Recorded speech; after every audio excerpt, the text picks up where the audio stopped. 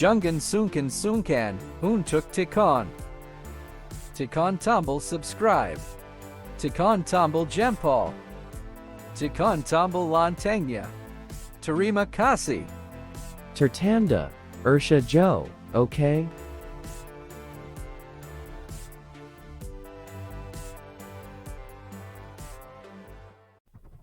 Selamat datang, selamat bergabung kembali. Assalamualaikum warahmatullahi wabarakatuh. Kali ini saya ingin menanggapi ada acara Natalan.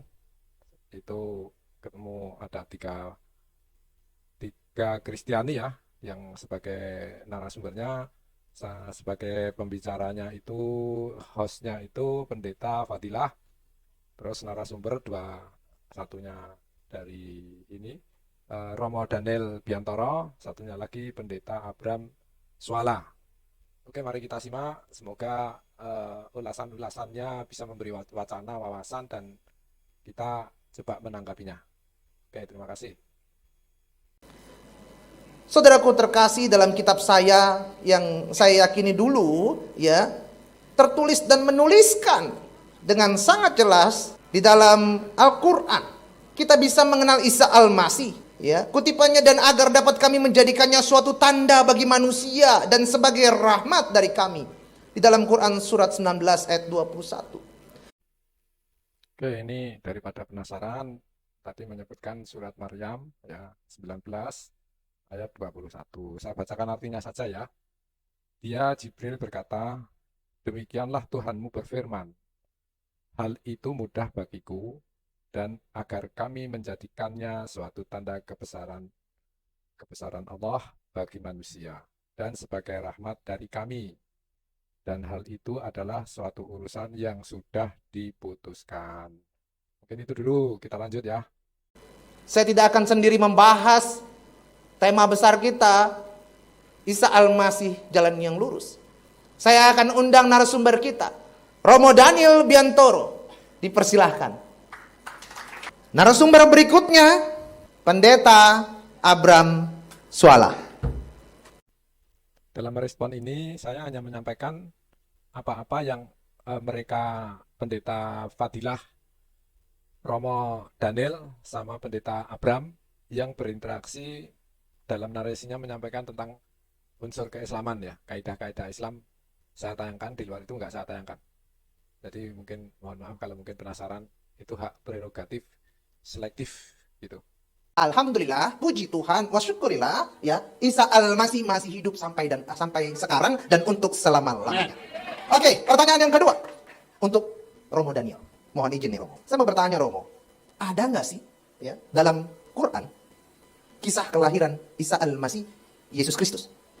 Ada dalam dua surat, surat Al-Imran dan surat Maryam. Hanya ceritanya tidak lengkap, comot sana, comot sini, tidak lengkap di mana, tidak diceritakan di mana dia lahir, dalam peristiwa apa dia lahir, keturunannya siapa, malah keliru keturunannya, katanya itu Maryam itu anaknya Imran. Imran itu Amram, bapaknya Miriam, saudaranya Musa. Jadi salah alamat kalau begitu. Maryam kok disamakan dengan Miriam, padahal Miriam itu 1200 tahun sebelum Maryam ibunya Yesus ini lahir. Jadi memang ada kisahnya, tetapi tidak tepat seperti ada dalam Alkitab. Umpamanya, kalau dalam Injil dikatakan, Maryam melahirkan ketika ada sensus. Keturunan Daud datang di Bethlehem. Karena sensus keturunan Daud dari mana-mana datang, tidak ada tempat untuk istirahat bagi mereka, sehingga mereka istirahat melahirkannya di kandang. Kalau menurut Quran, dia lahir di bawah pohon kurma. Beda kan? Lahirnya di bawah pohon kurma, ini di dalam kandang. Ya. Dan ketika lahir dalam Injil, ada malaikat datang memberitahu, ada gembala. Dalam Quran tidak ada malaikat datang atau memberitahu kepada gembala untuk datang. Ada orang Majus dari timur datang, tidak ada cerita itu. Jadi kalau dilihat ceritanya ya ada, tapi sepotong-sepotong. Tidak seperti cerita yang ada di dalam Injil yang isinya utuh, nasabnya jelas, ya, nenek moyangnya jelas, tempatnya jelas, ya kan? Apa yang terjadi jelas, gitu. Itulah ceritanya. Terima kasih. Baik, terima kasih Romo. Ini ada pertanyaan untuk Sajar Romo. Sajar Romo, kalau tadi kan Romo Daniel ini sudah menceritakan kisah dalam Al-Quran, ada loh ceritanya, walaupun tidak lengkap. Nah, Sajar Romo ini bisa nggak kasih tahu ke kita? Sebaliknya, di Alkitab itu rinci atau enggak, dan ada apa nggak sih? Oh, sangat-sangat rinci. Cuman kalau kita nggak tahu, ketahuan kalau nggak suka baca Alkitab. Oke, mungkin begini ya. Tadi disampaikan tentang kalau cerita yang disampaikan di Quran tidak rinci gitu ya. Jadi ya nggak apa-apa. Hanya kita harus bisa membedakan lebih baik mana tidak rinci, dalam tanda petik keterangannya nggak banyak tapi akurat, atau keterangannya banyak tapi tidak akurat. Satu. Ini bukan menyalahkan ya. Kita menilai permasalahan ya. Terus lebih baik mana eh, orang itu baik atau isinya yang baik. Jadi kan dua-duanya kan gitu ya. Harus kalau orangnya benar, kita seleksi dari isinya benar apa tidak. Sekarang kalau masalah rinci ya, kita berbalik ke ajaran Paulus dalam tanda petik ya, dia pembawa ajaran. Akurasi orangnya sendiri, itu akurat nggak ini orang ini? Nenek moyangnya siapa? Turunannya siapa? Nah kalau enggak, ya kenal aja belum, ngasih berita dipercaya. Nah ini akurasi, terus data gitu kan penting ya. Jadi ada orangnya, akurat nggak orangnya ini, kredibel nggak? Terus muatan isinya juga. Nah kalau hanya orang lihat isinya sebetulnya jadi tanda tanya. Jangan-jangan hanya karena sesuai hawa nafsunya terus diikuti. Ini mohon maaf ya, karena tadi mohon maaf ya mungkin tidak seiman dengan Islam, karena tadi menyebutkan tentang Rasulullah, tentang Al-Quran ya. Sehingga saya pun wajar menanggapinya. Gitu. Mungkin ada sedikit pembanding ya tentang Nabi Isa. Itu saja, itu di Yahudi menanggapinya seperti apa. Terus di Nasrani menanggapinya seperti apa, di Islam menanggapinya seperti apa. Itu tiga agama itu beda. Ya, kalau di Yahudi justru ini bukan nabi ini. Karena nggak mungkin nabi itu mati terbunuh. Nah, ini sudah beda kan gitu. Apalagi kalau tentang data, nggak dianggap datanya tentang Nabi Isa itu sama Yahudi. Itu. Tapi karena jelas dalam arti kata secara hukum, nah ini ada suaminya begitu. Kalau enggak kan nanti jadi persoalan omongan. Ini enggak ada suaminya, walaupun kehamilannya itu dari Roh Kudus. Gitu. Oh iya, oke, saya mau terangin dulu ya. Berpikir menceraikan bukan berarti Yusuf itu sudah berhubungan intim terlebih dahulu, tidak. Jadi bertunangan pada masa itu udah sakral, seperti ibaratnya pranikah, ya. Tapi ketika Yusuf mau meninggalkan, itu kan malaikat datang dalam mimpi untuk supaya mempertahankan Maria, ya. Dan keimanan Maria dan Yusuf itu luar biasa, ya. Menerima apa saja yang sudah digariskan untuk dia. Bahwa jawabnya, akulah hamba, jadilah menurut kehendakmu. Gitu ya. Makanya kita sebagai orang Kristen seharusnya juga sama, ya. Ya kita benar-benar fokus kepada Tuhan. Apa yang memang Tuhan mau buat kita, ya amin aja. Walaupun terkadang di luar logika. Maria kan gitu. Bagaimana mungkin? Aku belum pernah disentuh oleh laki-laki. Ya kan? Tapi malaikat menjelaskan. Dan Maria menerima. Nah kita juga sama. Kadang di luar logika, di luar akal sehat. Tetapi kalau udah itu maunya Tuhan, Tuhan pasti menyertai. Ya, jangan pernah takut. Ini ya, ungkapan-ungkapan yang keluar itu narasinya bagus ya. Kita juga sama lah setuju. Kita apapun kalau Tuhan berkehendak, ya kita harus usaha tetap ridho, tetap ikhlas, dan tetap menerima tanpa suatu umpatan, hujatan kepada Tuhan. Setuju ini. Nah, ini artinya sifatnya universal ya. Hanya ungkapan-ungkapan itu sangat-sangat Islami. Jadi kalau ada ungkapan bagaimana mungkin saya itu nggak tersentuh laki-laki, kalau aku bisa hamil. Itu adalah narasi-narasi Al-Quran itu. Tapi mungkin karena dia dulu mantan Islam katanya kan gitu ya. Atau membaca itu sehingga dinarasikan. Jadi yang sifatnya baik, benar itu universal. Ya. Kemanusiaan itu universal. Hanya kalau masalah Tuhan nanti jadi beda. Mencuri itu agama apapun pasti itu tidak boleh. Bahkan orang yang tidak beragama pun pasti itu tidak boleh. Pertanyaan berikutnya untuk Romo Daniel. Menurut kebanyakan saudara kita yang muslim, ya, karena saudara saya juga banyak masih yang muslim. Ini ada pertanyaan begini, Romo. Adam lebih hebat daripada Isa Al-Masih karena Isa hanya tidak ada bapak. Tapi Adam itu nggak punya ibu dan bapak. Mengapa menuhankan Isa? Kenapa nggak Adam? Adam lebih hebat, nggak punya bapak dan ibu. Bagaimana menurut Romo Daniel? Adam tidak pernah mati untuk melawan dosa, dikuburkan untuk melawan iblis, dan bangkit untuk melawan kematian itu sendiri. Adam tidak melakukan semuanya itu. Dan biarpun dia lahir tanpa bapak, tanpa ibu, dia tidak pernah naik ke surga sesudah kebangkitannya dengan tubuhnya itu yang dimuliakan. Dan Adam tidak pernah duduk di sebelah kanan Allah. Dia mati ya sudah mati. Tapi Yesus tidak. Dia mati, dikuburkan, bangkit, naik ke surga, dan hidup sampai sekarang, memerintah melalui rohnya di dalam hati kita. Oleh karena itu Yesus tidak bisa dibandingkan dengan siapapun. Dia satu-satunya. Haleluya. Ya. Secara logika sih iya ya. Kalau pikirnya secara logika. Kenapa Isa itu kan cuma nggak punya bapak. Adam itu nggak punya ibu bapak. Secara logika ya orang yang tidak mempunyai orang tua jauh lebih hebat. Karena dua-duanya nggak ada nih, mak bapaknya nggak ada, tiba-tiba ada. Secara logika Adam lebih hebat. Karena semua manusia memiliki orang tua, termasuk Isa. Nah, apakah masalahnya sesederhana itu, saudara? Semua umat beragama percaya Adam adalah manusia pertama. Ya, ini saya meramu dari jawaban Romon. Ya. Adam adalah manusia pertama. Semua orang percaya itu. Sebagai manusia pertama, tentu mustahil ada manusia lain yang melahirkannya, bukan? Ya, itulah sebabnya Adam tidak mungkin mempunyai orang tua. Tapi saya sepakat dengan Romo Daniel. Adam tak pernah mati untuk menebus setiap dosa manusia. Malah karena Adam, semua orang berdosa. Tapi dengan pengorbanan Isa Al-Masih, semua orang dihapuskan dari dosa. Haleluya. Oke, ini ya memang orang Islam kadang-kadang menanyakan itu ya. Itu hanya, ya kalau saya pribadi, jawaban itu terserah mau seperti apa. Hanya jadi pertanyaan itu jawaban mengacu ke pemikirannya, sebagai ungkapan pembelaannya sesuai kitab apa tidak, itu aja lah. Karena sangat krusial sekali kalau itu jawaban-jawaban hanya sebatas pemikiran. Nah, karena manusia pertama kali Adam itu diciptakan untuk apa? Apalagi terus nanti ya karena Adam itulah semuanya berdosa. Jadi kita lahir ini akibat dosa. Jadi Tuhan itu menciptakan manusia, melahirkan manusia itu sudah dosa. Nah, nanti terus kalau jadi pertanyaan-pertanyaan nanti menyoal Tuhan itu, menyalahkan Tuhan lagi. Kenapa aku lahir di bumi? Aku lahir di bumi, masa aku dosa menyalahkan Tuhan lagi. Nah, itu jawaban-jawaban logika-logika yang kadang-kadang akan selalu dan senantiasa berselisih terus. Karena tolak ukur ajarannya diikuti oleh pikirannya. Jadi jawaban Romo tadi apakah jawaban logika, apa jawaban kitabiah? Sesuai Alkitab termaktubnya gimana sih? Gitu ya, lebih mulia Adam atau lebih mulia Nabi Isa, Yesus ya. Apakah ada jawabannya semacam itu atau itu menurut pemikirannya? Orang Indonesia itu lebih hebat loh daripada orang Amerika yang bisa sampai ke bulan. Apa tuh? Kita bisa belanja sampai ke matahari. Wede. Hebat gak? Mereka cuma ke bulan, kita belanja ke matahari. Apa gak hebat Indonesia?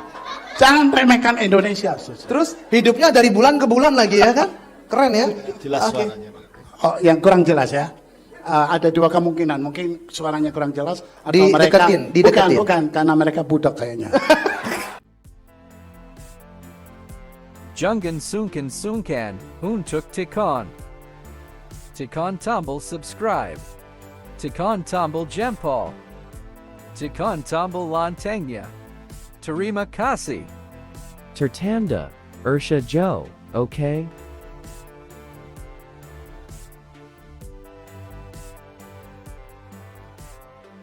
Pertanyaan berikutnya untuk Romo Daniel.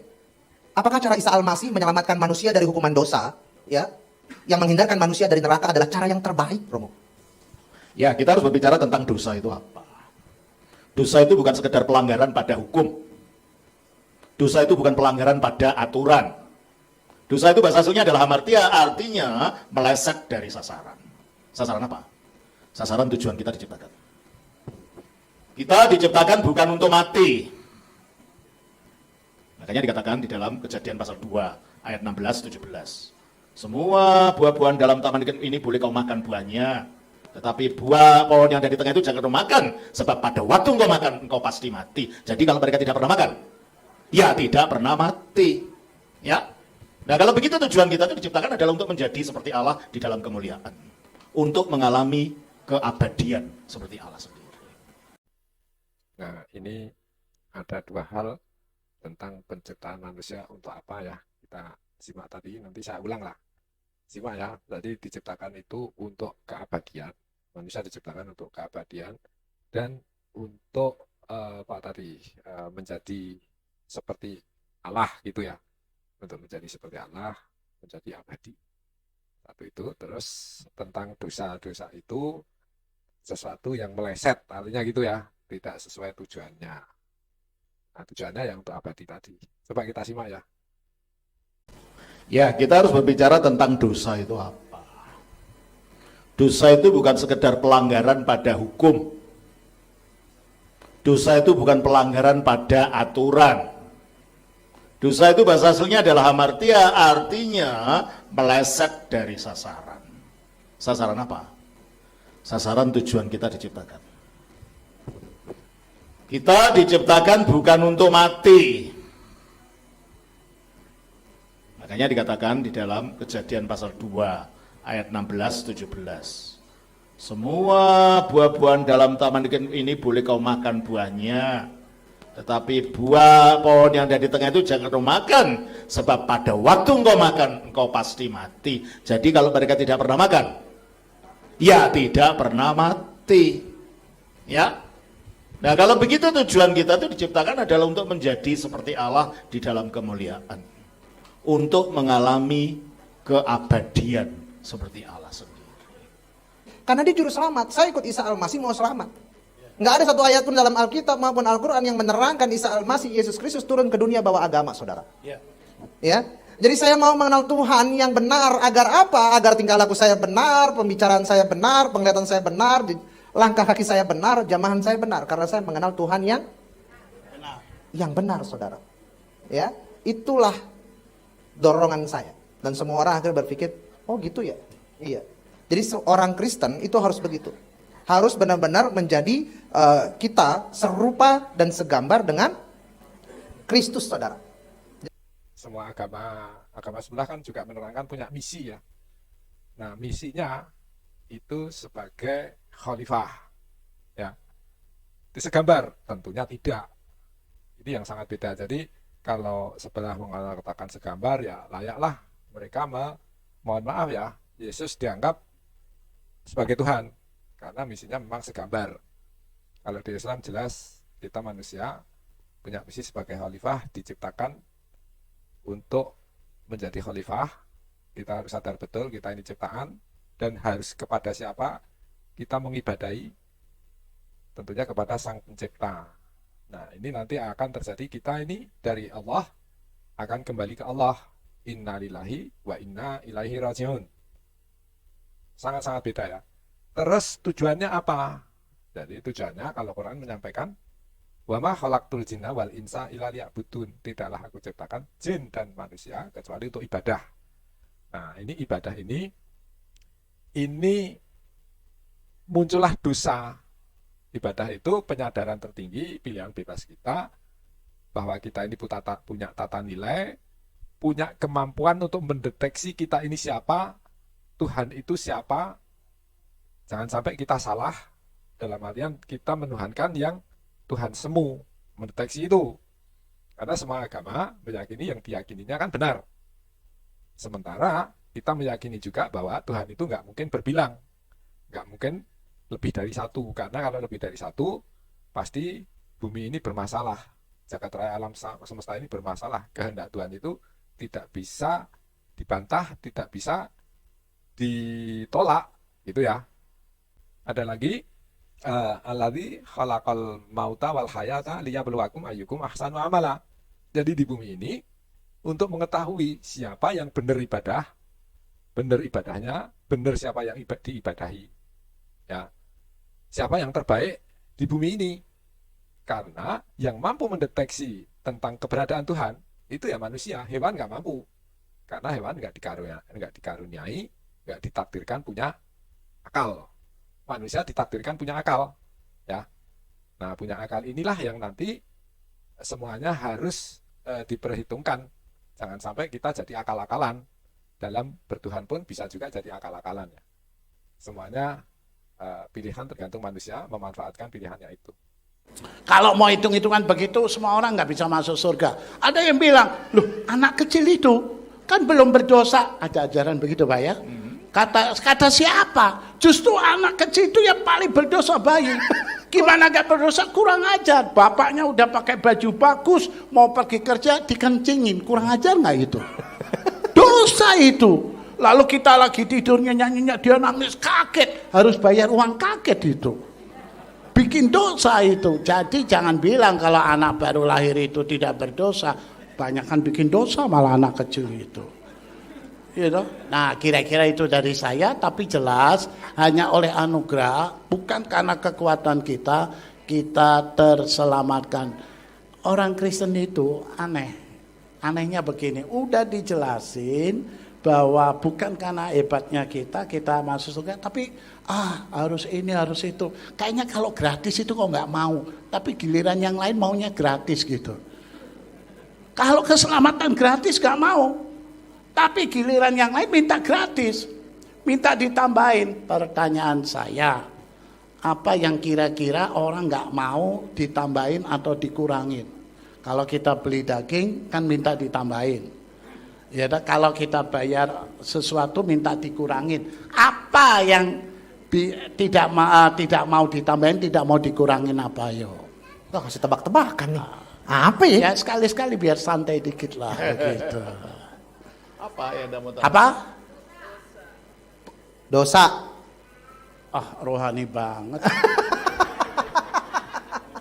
Kalau saudara naik kendaraan umum, enggak, kalau saudara naik kendaraan umum, mau ditambahin turunnya? Mau ditambahin turunnya? Mau dikurangi turunnya?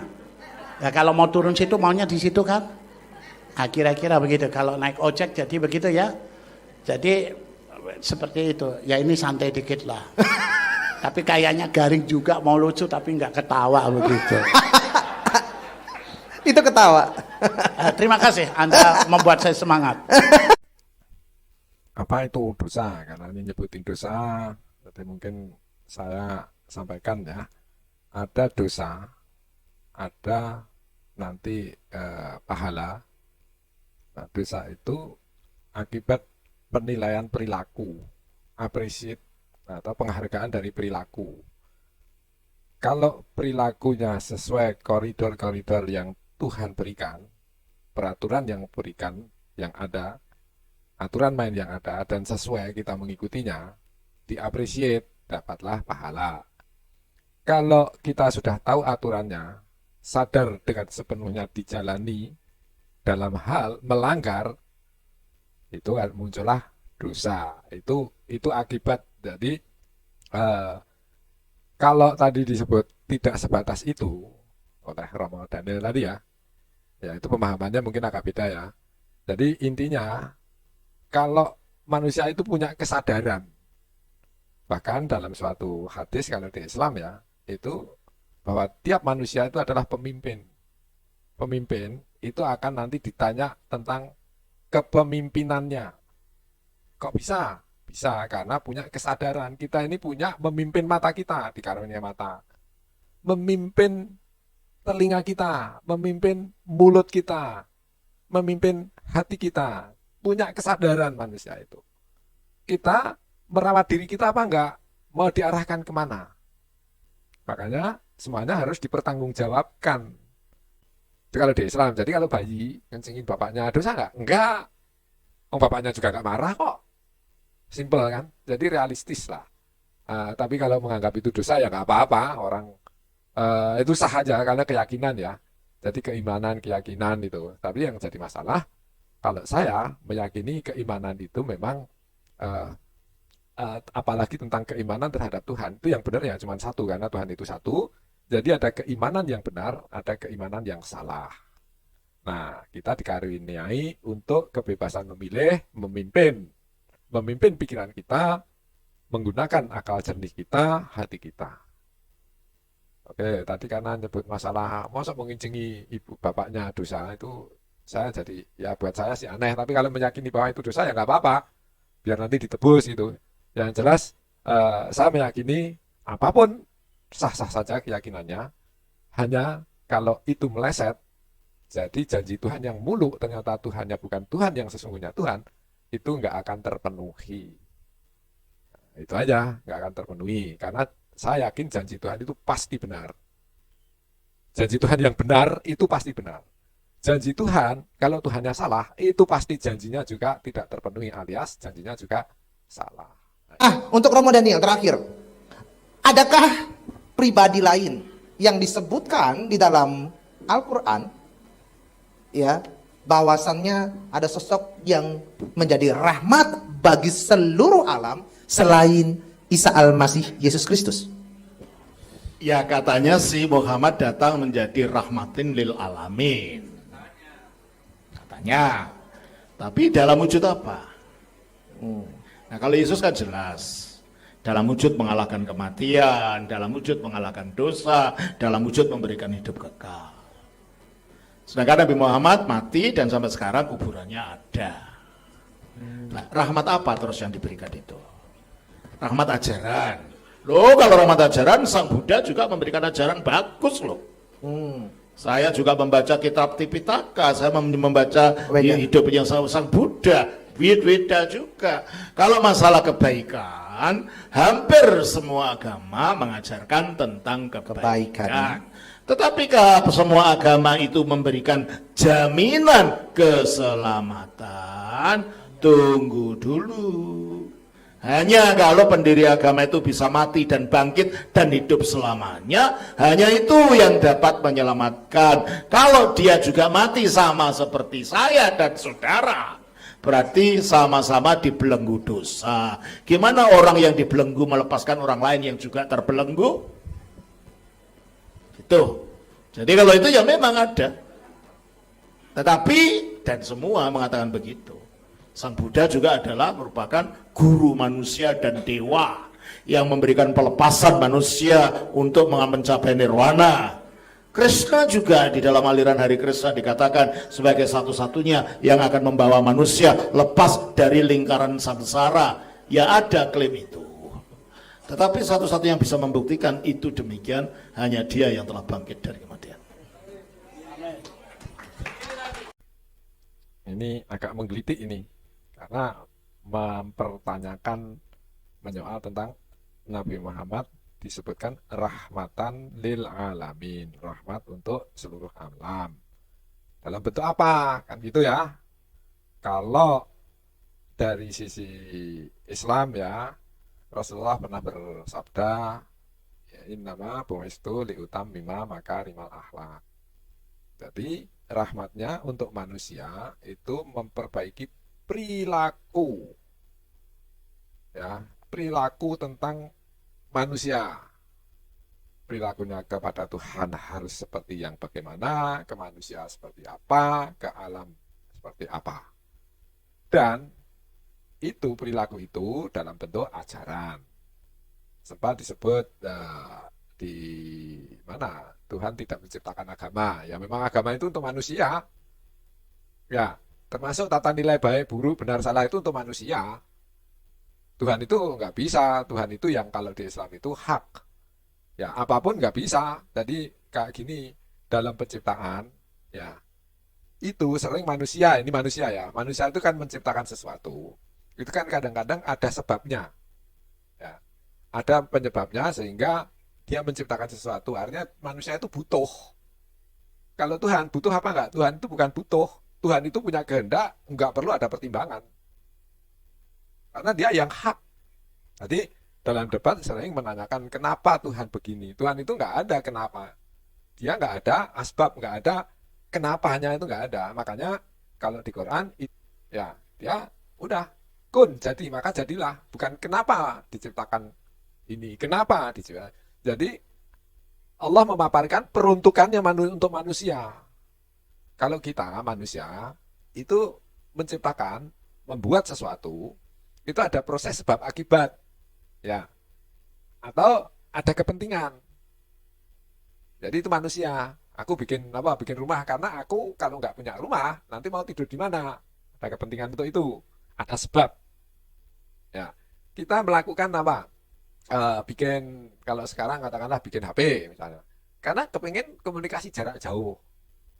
Ada karenanya, ada sebab, ada perangsang sebelumnya gitu ya.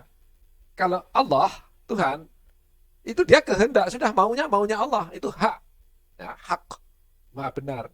Jadi dalam penciptaan, istilah peristilahan yang diperuntukkan manusia, sama penciptaan dalam persepsi Allah, tentunya kita tidak selayaknya mempersepsikan Allah menciptakan itu seperti persepsi manusia membuat sesuatu.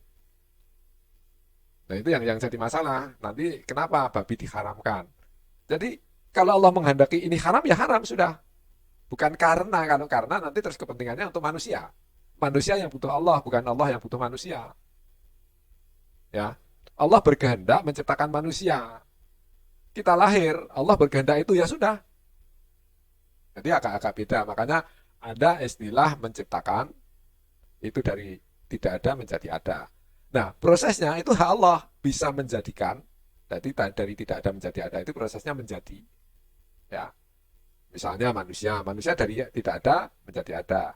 Itu menjadinya ada proses pernikahan, terus nanti percampuran antara sperma ovum. Nah, ada proses itu menjadi. Ada lagi proses menciptakan yang sesuatu, ya ini sifatnya bukan bendawi, misalnya peristiwa. Ya, menciptakan suara, menciptakan gelombang yang sifatnya bukan bendawi, yang nggak nampak atau benda yang nggak nampak. Menciptakan pergerakan angin, mengadakan suatu kejadian. Nabi Musa misalnya, itu kan mengadakan yang tadinya air itu tidak bisa dibelah, diadakan dengan mukjizat kehendak Allah, air terbelah. Idza arada, Allah berkehendak, bisa berkehendak dalam hal bendawi menciptakan dari tidak ada menjadi ada, bisa berkehendak dalam hal peristiwa. Ya. Jadi semuanya itu kendali Allah. Nah, hal-hal kayak gini, kalau tadi disampaikan bahwa rahmatan lil alamin, satu-satunya orang yang di bumi ini pernah hidup, punya ya, peninggalan ajaran setelah matinya, itu pengikutnya selalu berpegang kepada Rasulullah. Satu-satunya. Terus lagi mungkin sempat ada itu innad dina indallahil Islam. Allah itu tidak beragama. Ya, agama itu aturan, tata nilai. Itu untuk manusia. Hanya, nah ini ada sedikit penerjemahan ya. Innad dina, sesungguhnya din, tata nilai, agama, tentang kehidupan, tentang perilaku. Ya, itu ada milah, ada din ya. Karena milah Ibrahim, ada din, ya, itu betilah, beda-beda tipis ya. Indallah, innad dina, indallahil Islam. Kalau diterjemahkan sesuai ini ya, terjemahan agak berkata ada inna, sesungguhnya din itu, gitu ya. Innad dina, indallah, di sisi Allah. Artinya kepemilikannya itu apa? Din, ya, aturan main, innad din, ya, tata nilai kepemilikannya. Innad dina indallahil Islam. Di sisi Allah lah keselamatannya. Artinya penentu selamat tidaknya din itu milik Allah. Bukan Allah itu punya din, bukan Allah itu punya agama. Ya. Jadi itu terjemahan, jadi seakan-akan terjadi sesungguhnya agama yang ya di sisi Allah yang benar itu agama Islam. Nah, itu terjemahan bebas. Artinya sebenarnya sesungguhnya ya agama yang benar itu agama yang dari Allah, dari sisi Allah.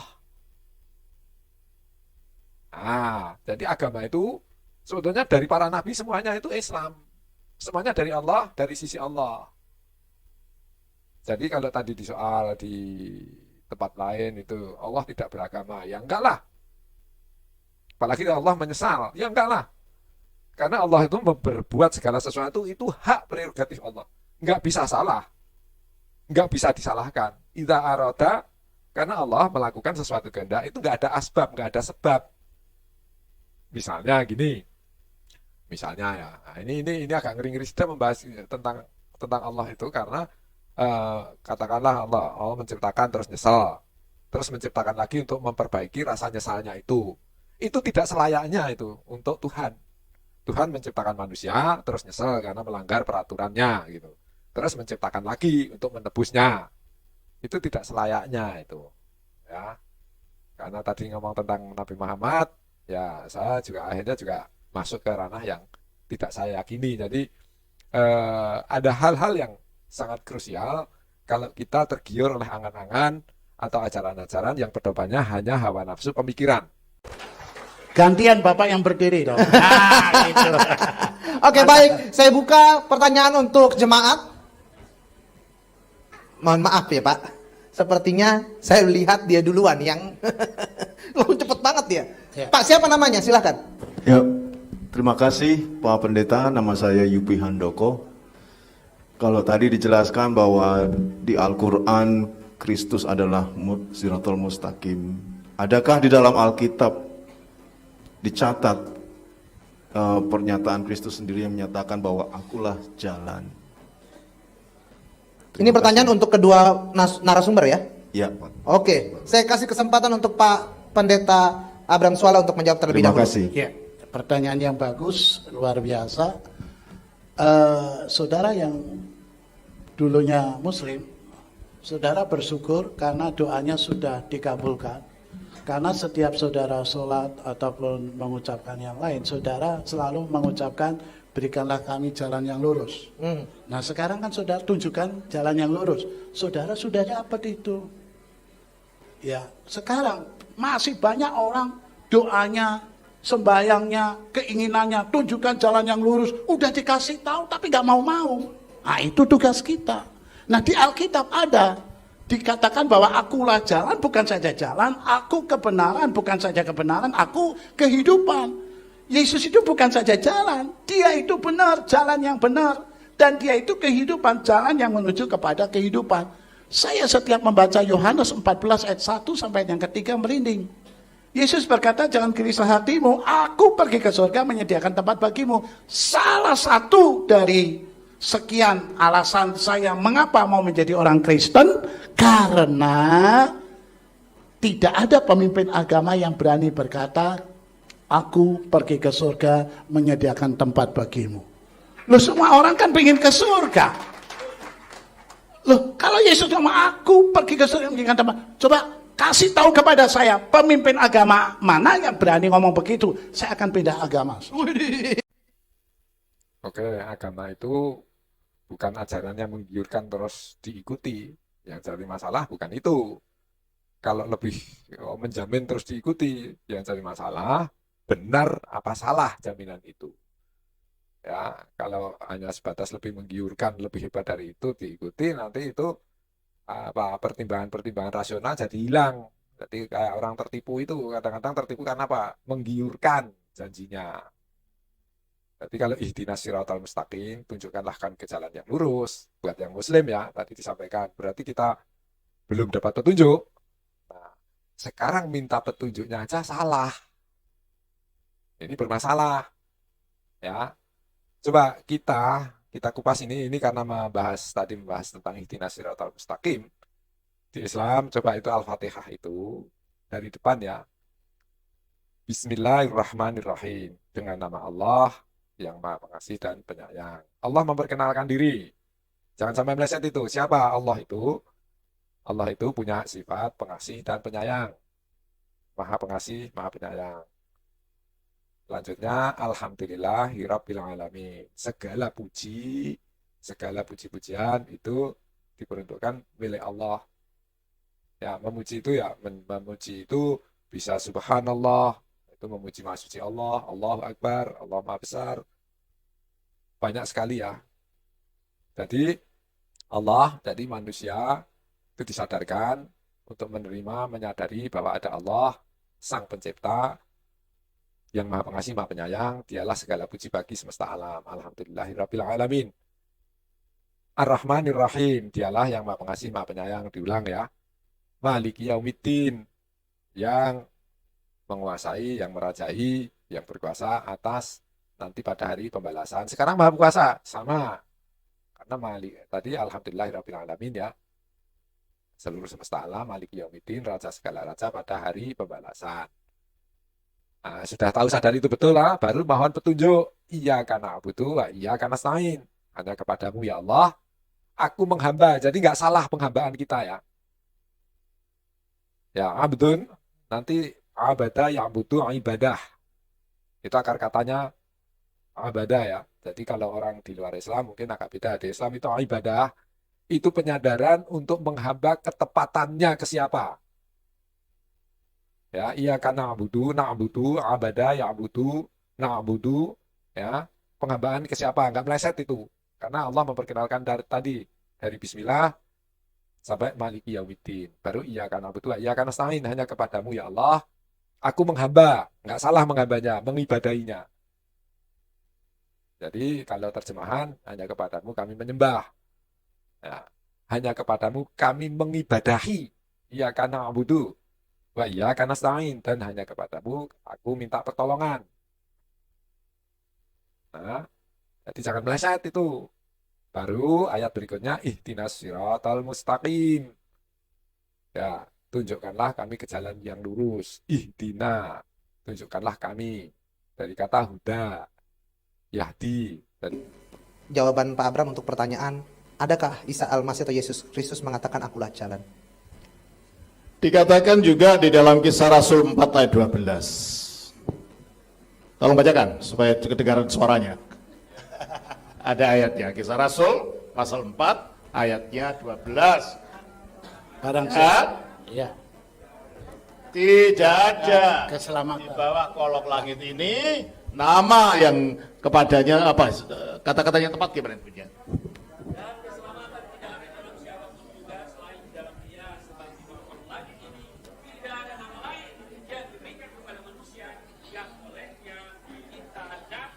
Haleluya. Ada di sana.